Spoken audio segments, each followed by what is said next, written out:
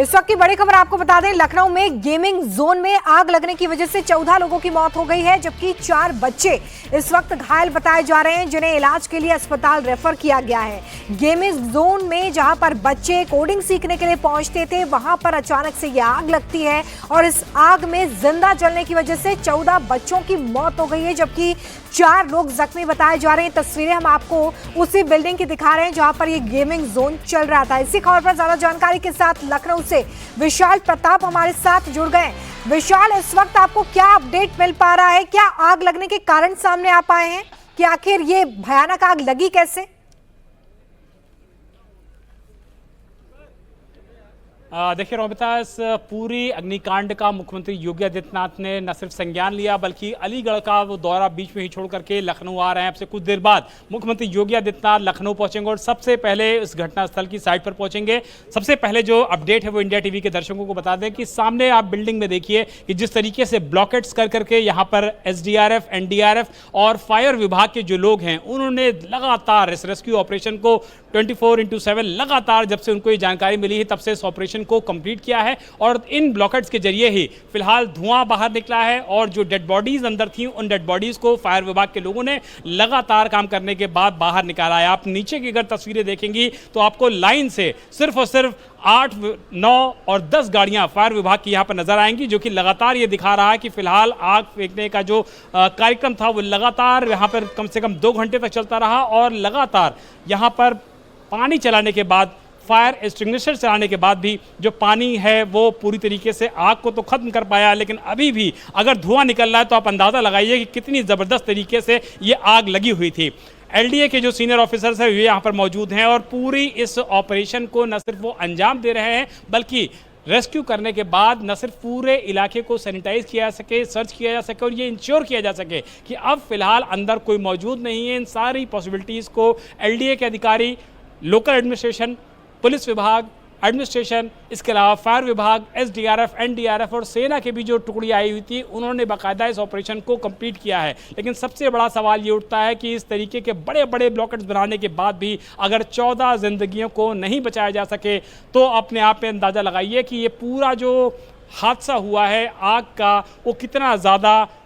खतरनाक है, कितना ज़्यादा संवेदनशील है। और इस बात का अंदाज़ा लगाइए कि जो एंट्री और एग्जिट अगर एक ही थी, इसी वजह से जो बच्चे अंदर फंसे हुए थे सेकंड फ्लोर पे, जो गेमिंग जोन में कोडिंग का काम करते थे, रोजगार की तलाश में यहाँ पर आते थे, और फर्स्ट और सेकंड फ्लोर पे ये बताया जा रहा है कि जो पेट शॉप है, क्लिनिक है, वहाँ पर लोगों के लिए जो खरीदारी का मौका होता था अपने पेट्स के लिए, चाहे वो डॉग्स हों या फिर कैट्स हों उनके लिए, तो लोग भी वहाँ पर मौजूद थे। जिस वक्त ये हादसा हुआ है, एक प्रभजोत सिंह है जिनके बेटे की बताया जाता है कि उन्होंने फ़ोन किया था 2:36 पर और ऐसा लगता है कि उनके बेटे भी अंदर ही फंस गए थे। उन्होंने बताया कि एकाएक आग लग गई है और वो बाहर नहीं निकल पा रहे हैं। उन्होंने अपने पिता से पुलिस को फ़ोन करने, फायर विभाग को फ़ोन करने और मदद करने की अपील की है। पिता आलमबाग से भागे भागे लोगों को फ़ोन करते हुए, विभागों में फ़ोन करते हुए यहाँ पहुँचते हैं, लेकिन जब यहाँ पर पहुँचते हैं तो रेस्क्यू ऑपरेशन तो शुरू हो चुका होता है, लेकिन कोई भी भयानक आग की वजह से, धुएं की वजह से, स्मोक की वजह से अंदर नहीं जा पा रहा होता है, जिसके बाद इस पूरे रेस्क्यू ऑपरेशन को 3 घंटे तक चलाया जाता है। और फिलहाल जो विजुअल दिख रहे हैं, जो तस्वीरें दिख रही हैं, वो ये बता रही हैं कि रेस्क्यू ऑपरेशन तो फिलहाल कंप्लीट हो गया है। अंदर से चेक भी कर लिया गया है कि कोई अंदर फिलहाल मौजूद ना हो, लेकिन जिस तरीके की जेसीबी बाहर खड़ी है, जिस तरीके से प्रशासनिक अमला है, एम्बुलेंस है, 8 से 10 फायर विभाग की गाड़ियां यहां पर नजर आ रही हैं, जो बता रही हैं कि बहुत तेजी से रेस्क्यू ऑपरेशन को कंप्लीट किया गया है। लेकिन चूंकि आग इतनी बड़ी थी, आग इतनी भयावह थी, और अगर इतनी चौड़ी रोड पे भी, कमर्शियल बिल्डिंग में भी आग लगती है और उसको बुझाने में इतना ज़्यादा समय लगता है, तो इस बात से बिल्कुल इनकार नहीं किया जा सकता है कि जो लापरवाही है, जो मानक हैं, उनको निश्चित तौर पर फॉलो नहीं किया गया है, पर रखा गया है नहीं, ये इसी से परखा जा सकता है। विशाल, क्या आपको इसको लेकर कोई जानकारी है कि जो तमाम एनओसीज लेनी होती हैं विभागों से, क्या इस बिल्डिंग के पास वो तमाम एनओसी थी? बिल्डिंग का मालिक कौन है, इसको लेकर कोई जानकारी सामने आई है?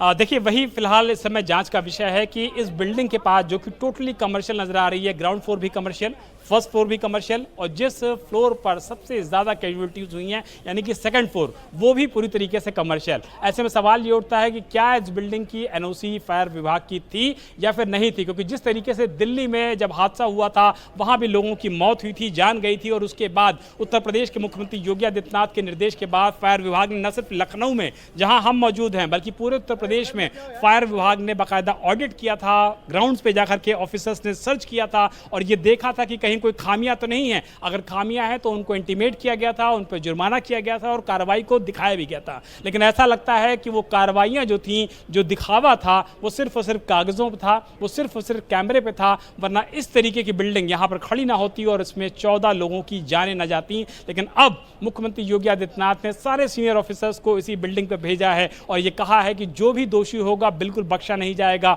कड़ी से कड़ी कार्रवाई होगी। एसीएस होम यहाँ पर मौजूद हैं, डीजीपी मौजूद हैं, लखनऊ के डीएम, लखनऊ के सीपी मौजूद हैं। इसके अलावा डिप्टी सीएम ब्रजेश पाठक जब से आग की घटना हुई है तब से लगातार यहाँ पर मौजूद हैं और वो चूंकि स्वास्थ्य मंत्री भी हैं तो एम्बुलेंसेस के साथ कोऑर्डिनेशन, डॉक्टर्स को बुलाना, जो पेशेंट यहाँ से अस्पताल जा रहे हैं उनका वहाँ पर इलाज करना, ये सारी जिम्मेदारियाँ deputy CM Brajesh Pathak coordinate कर रहे हैं। लेकिन सबसे बड़ा सवाल ये उठता है कि कोऑर्डिनेशन से फायदा तो तब होता जब इन 14 जिंदगियों को बचाया जा सकता, लेकिन अनफॉर्चुनेटली 14 लोगों को नहीं बचाया जा सका है, जो कम से कम 25 से 30 की संख्या में यहाँ पर मौजूद थे। और जो अलर्ट है वो अलर्ट इस बात को लेकर के हो रखा है, ऐसा महसूस हो रहा है कि जो सीनियर ऑफिसर्स हैं वो नीचे जा चुके हैं और अब से कुछ देर में ही मुख्यमंत्री योगी आदित्यनाथ का यहाँ पर आगमन होने वाला है। और ये बताया जा रहा है कि मुख्यमंत्री योगी आदित्यनाथ लखनऊ में कुछ ही क्षणों में पहुँच करके सबसे पहले घटनास्थल का दौरा करेंगे। लेकिन सबसे ज़्यादा हैरानी की बात यह है रोमिता, मैं अपने दर्शकों को अभी फिर से दिखा दूँ कि आग 2:36 पर लगी थी, जैसा कि हमारे एक आई विटनेस ने हमको बताया। लेकिन जो धुआं है, जरा देखिए कि धुआं अभी भी निकल रहा है, जो ये बता रहा है कि अंदर की जो स्थितियां थी वो किस तरीके की थी, मानकों को किस तरीके से दरकिनार किया गया था, किस तरीके से सभी चीज़ों की अवहेलना की गई थी और कैसे सिस्टम को पूरी तरीके से अभी करके इस पूरी घटना के लिए जो जिम्मेदार लोग थे उन्होंने कितनी ज़्यादा लापरवाही की थी कि एंट्री एक, एग्जिट एक, घटना को हुए 3 घंटे से ऊपर हो चुका है, रेस्क्यू ऑपरेशन कंप्लीट हो चुका है, मुख्यमंत्री योगी आदित्यनाथ यहां पर पहुंचने वाले हैं, लेकिन जो धुआं है वो अभी भी थमने का नाम नहीं ले रहा है, जो ये बताता है कि ये आग कितनी भयावह थी, कितनी खतरनाक थी। और यही वजह है कि इस आग में अब तक 14 लोगों की मौत हो चुकी है। प्रधानमंत्री नरेंद्र मोदी ने इस जो दुखद अग्निकांड है उस पर न सिर्फ दुख व्यक्त किया है बल्कि जो घायल लोग हुए हैं, जिनकी मौत हुई है, उनके लिए एक्स ग्रेशिया का भी अनाउंसमेंट किया। और मुख्यमंत्री ने भी ये कहा है जो भी लोग इसके लिए दोषी होंगे किसी को भी बख्शा नहीं जाएगा। लेकिन इतना लंबा रेस्क्यू ऑपरेशन चलाने के बाद अगर 14 जिंदगियों को नहीं बचाया जा सके तो समझा जा सकता है कि कितनी बड़ी लापरवाही है। और ये लापरवाही कहीं दूर दराज इलाके में नहीं हुई है, किसी गांव में नहीं हुई है, बल्कि उत्तर प्रदेश की राजधानी लखनऊ के अलीगंज के उस पॉश इलाके में हुई है, जो कि कोचिंग सेंटर्स के लिए, अपनी विविधता के लिए और अपनी पॉश इलाके के लिए जाना जाता है। बिल्कुल, जब दिल्ली में अग्निकांड हुआ था तो हमने देखा था कि किस तरीके से स्पेशल ड्राइव चलाया गया। आपने खुद वहां पर विशाल जाकर रिपोर्टिंग की, दिखाया कि किस तरीके से वहां पर कई जगहों पर फायर नॉर्म्स जो हैं वो ना के बराबर थे या तो थे ही नहीं, और उसके बाद इस तरह की घटना राजधानी से सामने आती है। विशाल, क्या इसको लेकर कोई जानकारी सामने आई है कि जिस वक्त ये आग लगी उस वक्त बिल्डिंग में कितने लोग मौजूद थे? ये बच्चे जो कोडिंग वहां पर सीखने के लिए पहुंचते थे वो किस एज ग्रुप के थे?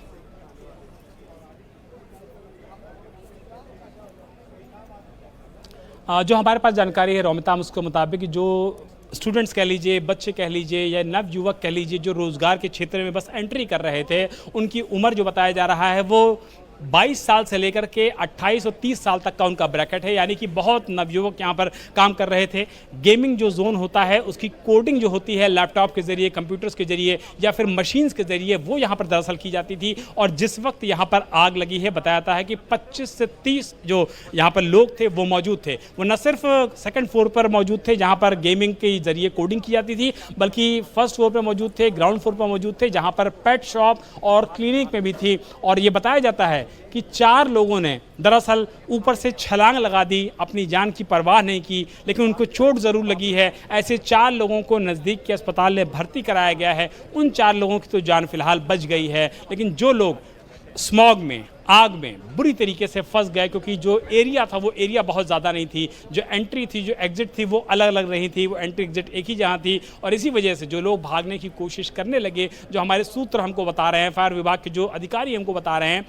दम घुटने से, स्मॉदरिंग होने से, उनकी सांस फूलने से लोग वहीं पर बेहोश हुए हैं और उसके बाद जो उनकी सांस है वो फिलहाल बंद हुई है। इसीलिए कहा जा सकता है कि अगर एंट्री और एग्जिट अलग होता, लोगों के पास नीचे उतरने का ऑप्शन होता, तो शायद लोग हिम्मत जुटा पाते, नीचे उतर पाते, अपनी जान को बचा पाते, अपने जो करीबी लोग हैं, जो दोस्त हैं, जो उनके कलीग्स हैं, उनकी जान को बचाया जा सकता था। लेकिन जो लोग ऊपर से कूद के नीचे आ गए, उनके अलावा फिलहाल अपनी जान कोई नहीं बचा पाया। और सबसे ज़्यादा हैरानी की बात यह है कि जिन लोगों की मौत हुई है वो ज़्यादातर नवयुवक हैं। सभी की जो एज ग्रुप है वो 22 साल से लेकर के 28 साल के बीच में है। और इसीलिए इस पूरे अग्निकांड का सबसे दुखद पहलू यही है कि इस हादसे में जो जान गई है वो नवयुवकों की है, उन लोगों की है जो अपने परिवार के लिए हेल्पफुल बनने की कोशिश कर रहे थे, रोजगार कर रहे थे और यहाँ पर कमाने के लिए पिछले कई सालों से काम कर रहे थे। लेकिन ये सारे लोग अब फिलहाल सिस्टम की भेंट चढ़ चुके हैं। बिल्कुल, देखिए सिस्टम की भेंट चढ़ के 14 लोगों की जान चली गई है। अब इस पूरे मामले में उच्च स्तरीय जांच की बात जरूर कही जा रही है, लेकिन बड़ी बात यही है कि इन 14 लोगों की मौत का जिम्मेदार कौन है और कब तक इस तरीके के अग्निकांड होते रहेंगे और लोग अपनी जान गंवाते रहेंगे।